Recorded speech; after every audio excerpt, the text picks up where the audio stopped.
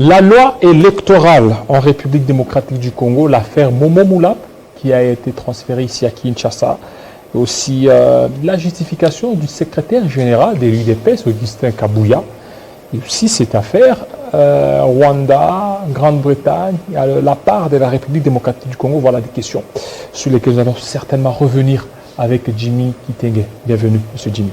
Merci beaucoup, très cher Jean-David, pour l'invitation. Voilà, vous êtes communicateur du PPRD. Non, je ne suis pas seulement communicateur, je suis secrétaire national chargé de la communication et médias, donc ministre du parti chargé de la communication et médias. Mais c'est un communicateur. Ministre du PPRD. Oui, mais communicateur. Je communique, oui. Oui, c'est ça, non? Je suis chef de communicant. Oui, chef de communicateur. Évidemment. Effectivement, mais acceptez ça. Parce que là, c'est trop long quand vous me dites chef. En un mot, secrétaire national en charge de la communication et médias du PPRD. Communicateur. Il n'y a pas de problème. Et ça, c'est simple. Maintenant, PPRD, il y a un certain Momo qui a été transféré ici à Kinshasa. Il aurait tenu des propos outrageants contre les chefs de l'État et contre les autorités du pays. Mais on a connu le PPRD, un parti discipliné, mais on commence beaucoup plus à voir que l'indiscipline commence un tout petit peu à s'installer dans ce parti. Bon, dire que l'indiscipline s'installe au PPRD, non. Mais dire qu'il y a quand même un acharnement. Nous ne savons pas si l'ANR ou encore les services de sécurité ne se focalisent que sur l'espace Grand Katanga ou encore sur la notabilité katangaise. Momo Moulapo est un pasteur. Chef de département, secrétaire exécutif provincial chargé de la communication et médias. Moi, je suis au niveau national. Lui est mon relais au niveau de la province du Lualaba. Il a été invité à l'ANR, arrêté, menotté, amené à Kinshasa à l'insu même de sa famille biologique et sa famille politique. Nous ne savons pas si l'ANR ne fonctionne qu'au Grand Katanga. Nous avons connu le camp Ngoyi Mulunda. Quand vous faites le parallélisme entre Ngoyi Mulunda et ce pasteur qui était en train de propager le tribalisme au Kasaï, qui disait que c'est lui qui ne va pas soutenir Félix Tshisekedi, serait maudit. Ce pasteur-là, on le laisse, ça ne pose pas de problème. Quand les maires, j'ai suivi, je crois, c'est pas le maire, un bourgmestre dans la ville de Lubumbashi, hausse le ton par rapport à un comportement irresponsable d'un monsieur de l'IDPS, on l'arrête à l'ANR. Nous ne comprenons pas pourquoi cet acharnement sur certaines personnalités des espaces Grand Katanga. L'ANR ne fonctionne qu'au Katanga. Nous avons vécu des histoires ici. Les gens de l'IDPS, la milice de l'IDPS prennent en otage toute une administration de l'État pendant 2 mois. On n'arrête personne. Nous avons vu un monsieur entretenir des miliciens ici à Kingabo. On n'a arrêté personne. Nous avons vu monsieur Augustin Kabouya, secrétaire général du parti présidentiel, dire que c'est lui qui va oser toucher notre pouvoir. Nous allons donner des armes à nos combattants. Mais on ne les arrête pas là. Oui, mais ce sont des dérapages. Non, mais écoutez, on ne doit pas encourager. De même aussi avec cette affaire. A dit quoi? Il est victime de ses positions politiques. Momo n'est pas extrémiste, il est pasteur, il est chargé de communication d'un parti politique. Oui, contrairement à certains extrémistes qui propagent des messages tribaux ici à Kinshasa qu'on arrête pas. Ça commence à frustrer. Pourquoi est-ce que l'ANR ne se focalise que dans l'espace Grand Katanga? Au-delà de ça, Momo est diabétique. Ça, il faut le dire, il est diabétique. Il est arrivé à Kinshasa ici. Alors, surtout que il est diabétique. Selon les dernières informations à notre possession, il n'est pas bien entretenu, il ne mange pas. Pourtant, on nous avait dit que le cachot de l'ANR était fermé. Si vous estimez que Momo Moulapo a fait quelque chose, mettez-le devant son juge naturel. Mais aujourd'hui, nous disons ceci. Tout ce qui va arriver à Momo Moulapo, la responsabilité va incomber à l'ANR, aux responsables de l'ANR et aux autorités provinciales au niveau du Lualaba, parce que nous sentons la main noire des autorités provinciales sur place au Lualaba, parce que Momo dérange à cause de l'incompétence, l'amateurisme des autorités qui dirigent le Lualaba après Mouyège, et cette histoire commence à déranger les autorités. C'est comme ça qu'ils ont boutiqué cette histoire. Mais tout ce qui va arriver aux camarades de Momo, ça sera la responsabilité de l'ANR, ça sera la responsabilité des autorités du Lualaba sur place là-bas. Voilà, merci. Ça c'est entre parenthèses, mais il y a aussi le secrétaire général de l'UDPS, on l'a vu, il a tenu des discours pour dire si aujourd'hui ils n'ont pas pu faire ce qu'ils devaient faire, c'est parce qu'il y avait le FCC qui ont tout bloqué pendant 2 ans, alors que le chef de l'État avait des bonnes intentions de pouvoir développer la RDC. En tout cas, en suivant cette déclaration de Kabouya, j'étais très content. Pour une fois... Très content. Très, très content. Pour une fois, Kabouya a dit la vérité. Pour une fois, Kabouya Quelle vérité? s'il vous plaît, il a fait un aveu d'échec, qu'ils ont échoué.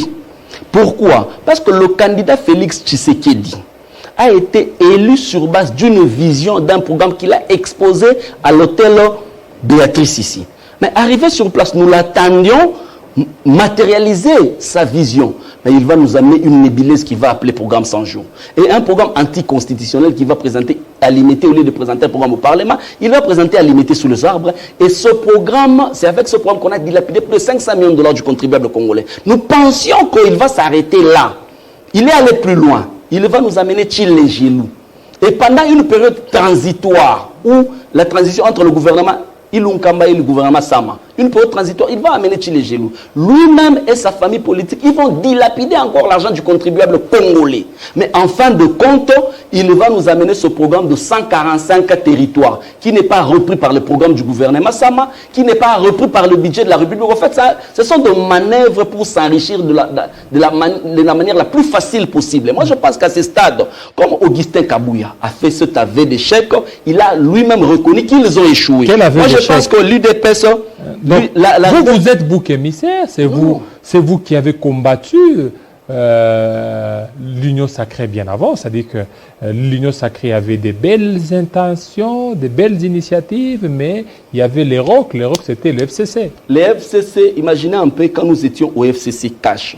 Les 2 ans qui ont sanctionné les FCC Cash, c'est le programme 100 jours. La preuve, le procès 100 jours, vous n'avez pas vu le cadre du FCC être arrêté. C'est l'argent tourné autour de la présidence. On a immobilisé tout un gouvernement pour dilapider l'argent du contribuable congolais. Et aujourd'hui, à ce stade, on ne peut pas justifier l'incompétence notoire et l'amateurisme au nom du FCC. En fin de compte, je pourrais dire sur ce sujet que l'UDPS, l'arrivée de l'UDPS au sommet de l'État est un accident de l'histoire. L'UDPS est une parenthèse noire de l'histoire de notre pays qu'il faut rapidement tourner. Félix Tshisekedi il est l'erreur de parcours politique de notre pays. Écoutez, mais sur base de quoi vous dites ça alors qu'il y a les élections? Vous devez vous préparer pour aller aux élections. Au lieu d'aller aux élections, vous demandez les dialogues. Et puis, aujourd'hui, vous dites que l'UDPS, c'est une erreur des parcours. Mais assumez-vous, aller aux élections, c'est peut-être au niveau des élections que vous allez battre. Non, l'UDPS est un accident de l'histoire. L'avènement de l'UDPS au sommet de l'État est un accident de l'histoire. Félix Tshisekedi dit une erreur de parcours, ça c'est évident, parce que c'est prouvé noir sur blanc qu'il a lamentablement échoué. Les élections, nous sommes prêts à aller aux élections. Je suivi quelqu'un qui m'a précédé ici, dire deux choses. Je vais d'abord le recadrer d'abord. Pourquoi? Parce que Constant Moutamba, c'est une quantité négligeable. Quantité négligeable. Une quantité négligeable. Constant Moutamba n'est pas en politique. Nous l'avons vu commencer la politique dans le mouvement citoyen. Constant Moutamba n'a pas... Mais il a été avec vous au FCC. S'il vous plaît. Il a bénéficié de beaucoup d'avantages. Il n'a pas été quand vous me laissez pas parler au niveau des SCPT et tout ça. Donc tout ça, c'est avec votre bénédiction. Erreur de parcours. Constant Moutamba, administrateur d'une entreprise publique de l'État, erreur de parcours. Pourquoi? Parce qu'il n'a pas d'assise politique. Il s'est aventuré à aller aux élections. Il a lamentablement échoué. Il n'a même pas su faire 100 voix. Aux élections. Constant Moutamba, il a dit qu'il siégeait dans des réunions de conférence des présidents du FCC. Oui. Il est membre de quel regroupement? Parce que le regroupement, c'est proportionnel aux élus que vous avez à l'Assemblée nationale. Il n'a pas d'élu. Nogec, ce n'est pas, je ne sais pas, c'est un parti politique. C'est un regroupement. Un regroupement qui n'a pas d'élu, un regroupement qui n'a pas d'assises. Il s'est aventuré à marcher ici avec Fayoulou. Il n'avait que 5 personnes derrière lui. C'est une erreur de parcours, Constant Moutamba. Constant Moutamba, nous ne pouvons pas à ce stade le considérer comme étant un politique. Constant Moutamba n'a même pas la trempe d'un président de la Ligue des jeunes communale du PPRD en termes de capacité de mobilisation. Donc moi, je n'aimerais pas ici me permettre cette légèreté de parler de Constant Moutamba. Parlons élection. Élection, on veut... Mais eux, ils sont là déjà. Ils sont là, Constant Moutamba, AG Matembo. Il est arrivé. Constant Moutamba, AG Matembo, ils sont en train de se préparer. Constant Moutamba s'est approché du FCC par vagabondage politique. Vagabondage. Aujourd'hui, il est sous-traitant de l'Union Sacrée parce qu'il veut laver sa peau. Il veut laver sa peau à cause de propos malencontreux qu'il avait tenu en son temps. Tshisekedi, c'est comme ça qu'aujourd'hui, il est en train de servir comme un larbin. Donc moi, je ne peux pas aujourd'hui me réduire à parler de Constant Moutamba. Maintenant, parlons élection. Loi électorale, tout ça. Écoutez, il y a de préalables. Vous avez suivi hier le débat de Macron et Le Pen. Madame Le Pen.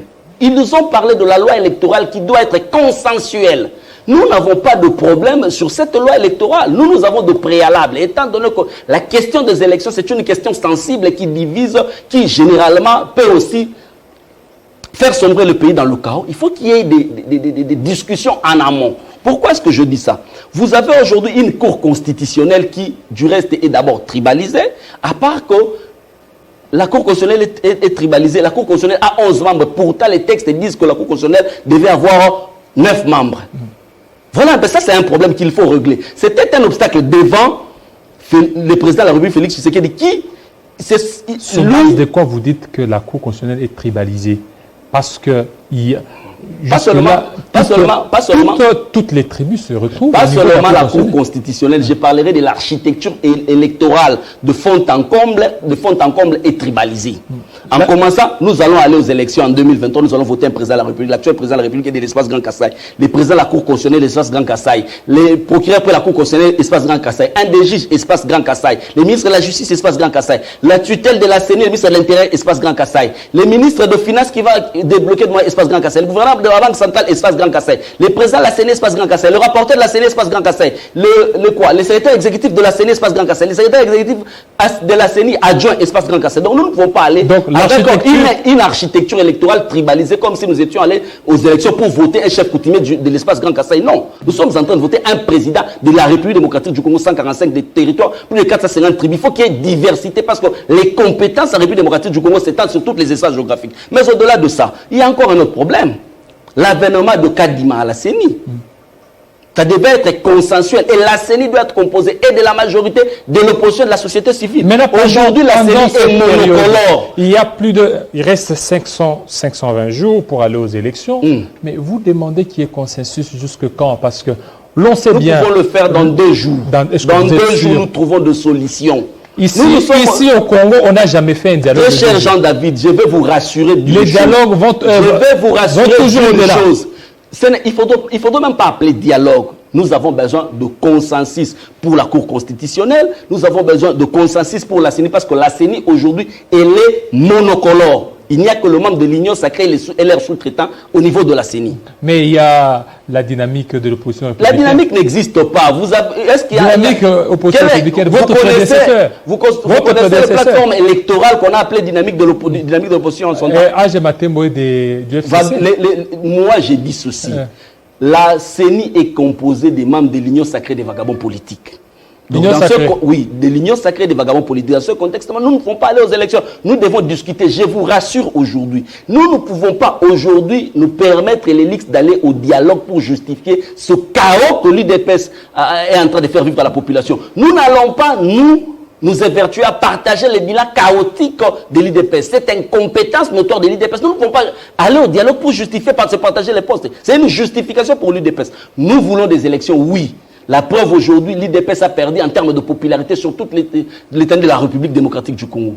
Et je vous rassure ici que Félix Tshisekedi est une erreur de parcours. C'est une parenthèse qu'il faut rapidement refermer. Et la population congolaise est prête pour refermer cette parenthèse rapidement. Donc, à ce stade, moi, je pense que nous devons aller aux élections, mais avec une CENI consensuelle, avec une loi électorale consensuelle, avec une cour constitutionnelle consensuelle.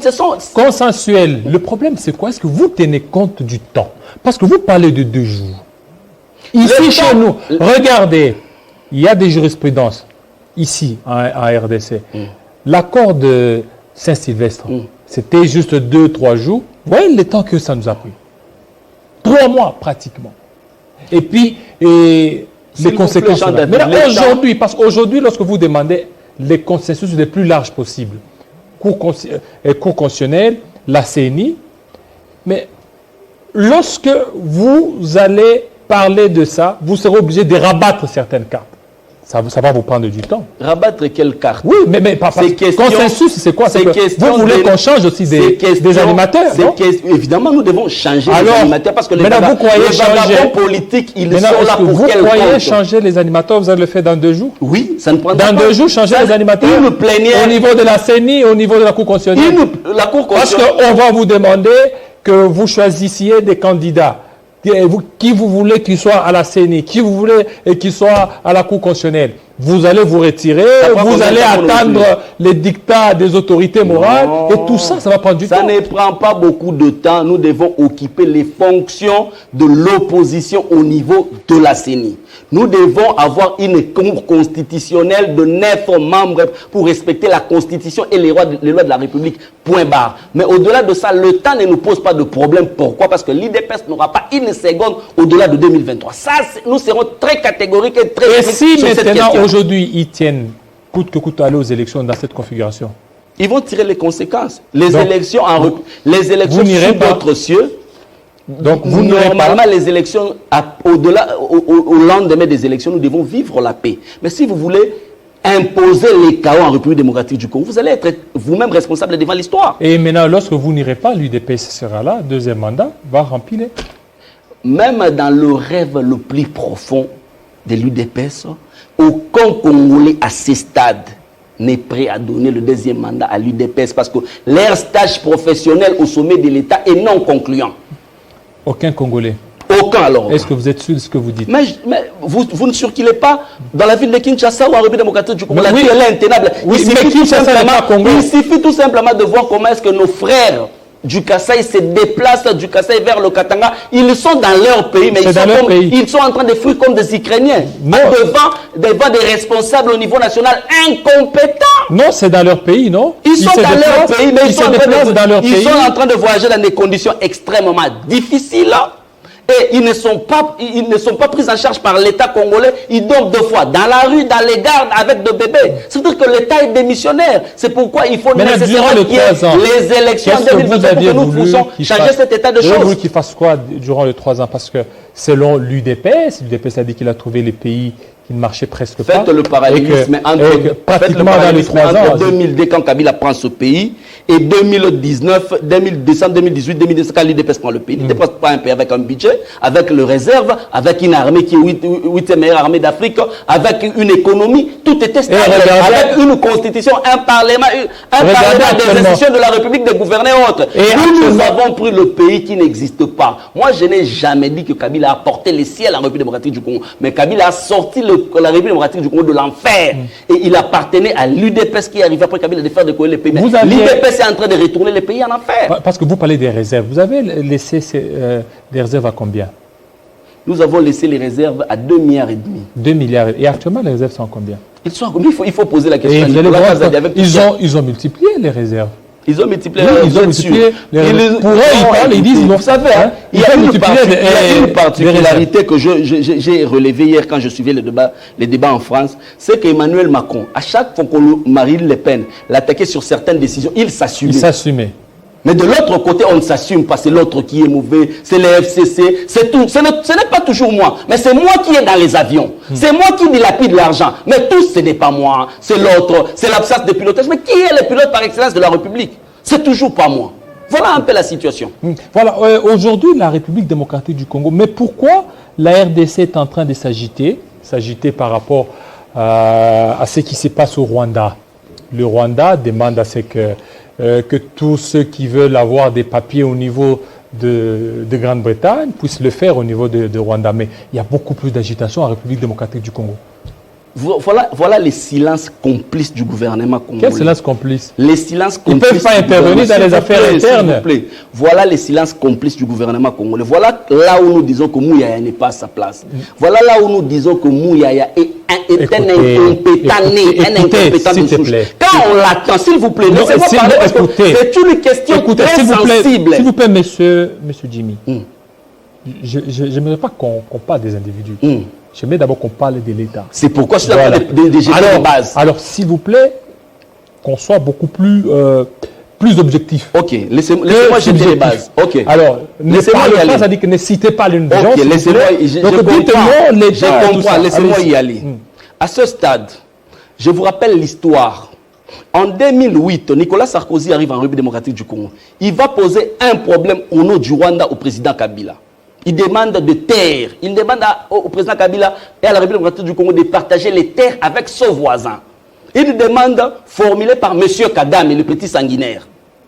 Il va formuler cette demande et Nicolas Sarkozy, l'envoyé de Kagame, va demander. Kabila va être intraitable. Il dit non, la terre de Lumumba est inaliénable. Nous ne sommes pas ici pour vendre la terre de Lumumba. Déjà que nous avons ici les Hutus, que Kagame est incapable de caser chez lui au Rwanda, ils sont dans notre pays. Kagame est déficitaire de terre, mais c'est Kagame qui va offrir l'asile ou encore des terres à d'autres nationalités. Et là, nous attendions une réaction musclée de la République démocratique du Congo via le porte-parole du gouvernement. Et nous constatons le silence complice de la République démocratique du Congo. Et là, nous nous inquiétons. Jimmy Kitenge, le gouvernement va réagir sur base... Parce que ça, c'est une décision du Rwanda.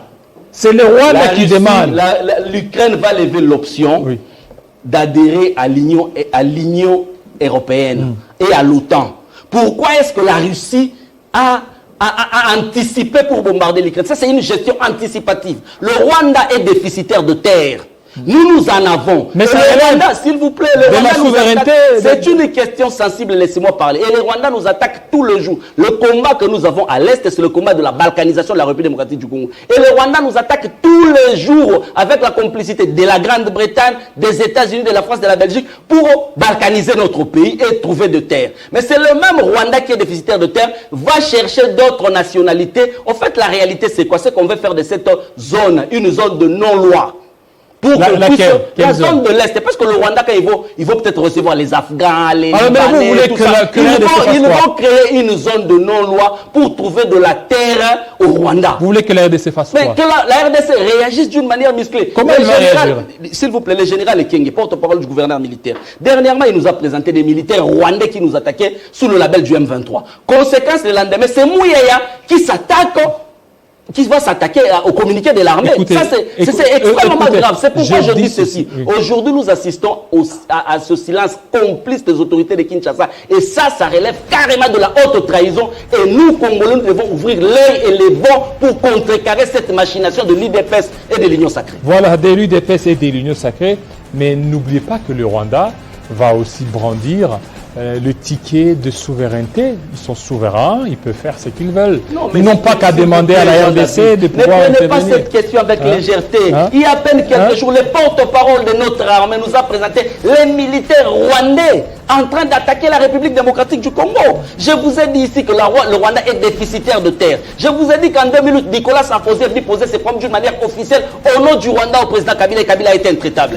Aujourd'hui, cette question revient. Pourquoi est-ce que nous ne devons pas prendre cette affaire au sérieux? Et nous voyons des navettes des autorités de Kinshasa aller vers Nairobi pour négocier avec Kagame. Ça, c'est extrêmement grave. La terre de Lumumba n'est pas à brader.